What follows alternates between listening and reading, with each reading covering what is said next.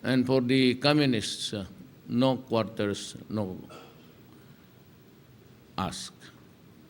Ngayon ito, bot, money. Itong Canada, nagbili tayo ng 23 something or 21 helicopters. Tanungin mo na si RD kung ilan. Does he know the figure? How many helicopters are we buying from Canada, sir?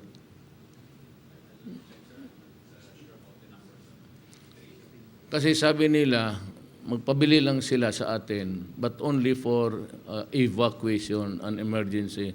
Hindi natin pwede gamitin yung para sa anti-insurgency because if it is used against the Filipino rebels, hindi nila ibigay. So this is my reaction.